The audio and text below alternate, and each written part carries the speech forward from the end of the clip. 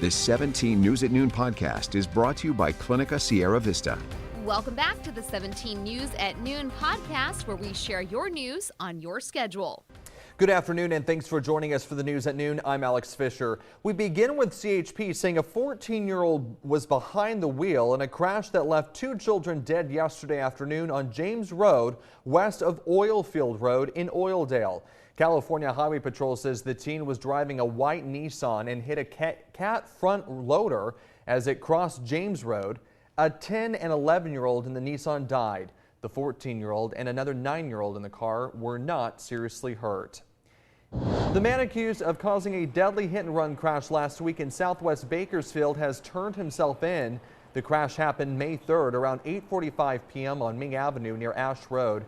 According to police, 31-year-old Eric Miles was driving an SUV that slammed with a Jeep.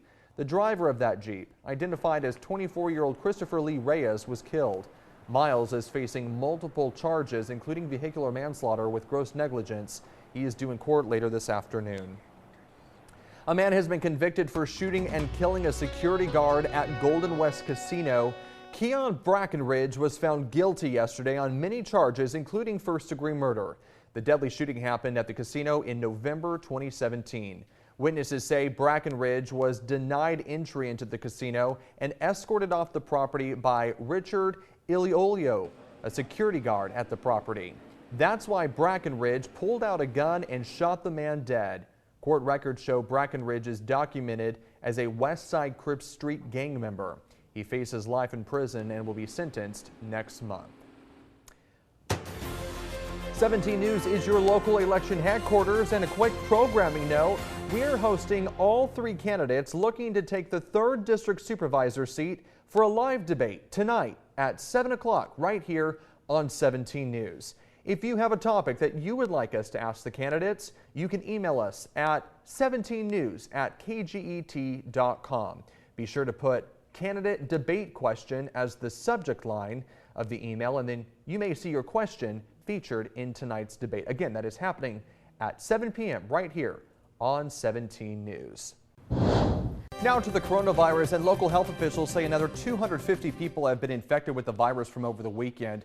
COVID-19 making a comeback in Kern after significantly subsiding following the Omicron wave. The increase is small, but the trend is going in the wrong direction. A month ago, public health data showed about an average of 21 people getting infected with the virus each day in Kern. Now it's nearly 70. The virus is now transmitting at a similar rate like what we saw at the beginning of March. 3 months ago, the daily average was more than 600 infections. State data shows Kern hospitalizations are still very low, with only 20 people receiving treatment for more severe symptoms of the virus. Another 2 are in the ICU. There were more than 300 COVID hospitalizations during the Omicron peak in January. Although it may not seem like a big deal right now, it could become an issue as we approach the summer months. With every peak, cases increase, followed by hospitalizations and then deaths. Data shows every peak put enormous pressure on our local healthcare system, and that continues to remain the concern. While Omicron may have appeared to be less severe than Delta, it was much more transmissible, and people were still getting very sick and dying. In fact, we know of at least 250 people who have died from coronavirus this year alone. More than 1,000 people in Kern died from coronavirus after vaccines were made available and chose not to get the shot. This week, nurses from around the country will take to the streets of Washington, D.C. to help spread awareness of the hardships they have faced during the coronavirus pandemic. Bakersfield nurse Larissa Ramirez will be there for the Million Nurses March happening tomorrow, pushing for change in the healthcare system. To her knowledge, she is the only nurse from Bakersfield making the trip, but she says she feels compelled to do her part to improve conditions for workers and patients alike. It doesn't matter to me where those people exist, that within our country, we should all be invested in making sure that everyone is kept as safe as possible and everybody receives the quality medical care that they deserve. The National Nurses March sets off for Capitol Hill tomorrow morning. The group is advocating for legislation currently in Congress that would regulate hospital staffing and introduce violence prevention measures. Marchers also hope to bring general awareness to issues like discrimination and violence against healthcare workers. Hello, this is Tim Callahan with Clinica Sierra Vista, and we're excited to unveil the Community Health Center of the Future, our comprehensive care center.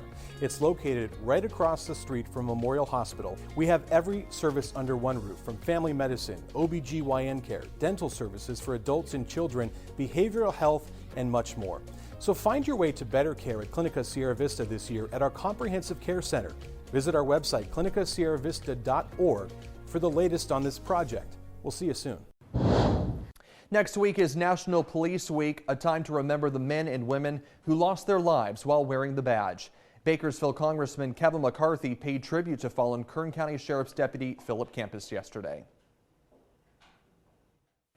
Campus was a bright example of what it means to serve others.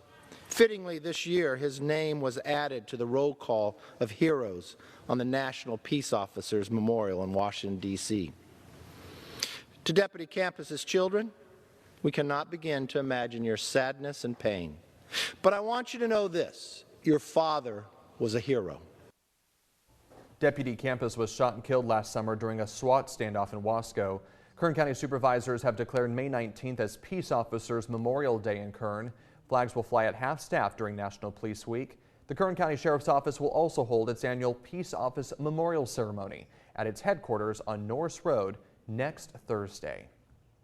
Well, making news around town, the first community meeting held by the Bakersfield Police Department's monitor team to help improve police practices happened last night at the Dr. Martin Luther King Jr. Center in Southeast Bakersfield. The goal is to engage the community in reform processes and get their concerns.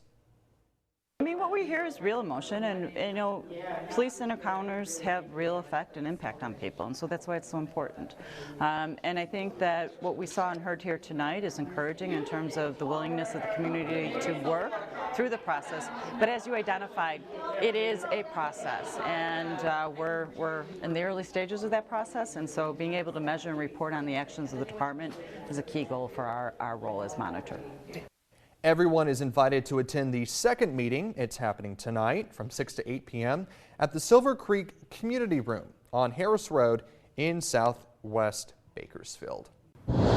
Inflation slowed in April after 7 months of relentless gains, a tentative sign that price increases may be peaking while still imposing a financial strain on American households. Consumer prices jumped 8.3% last month from 12 months earlier. That's according to the Labor Department.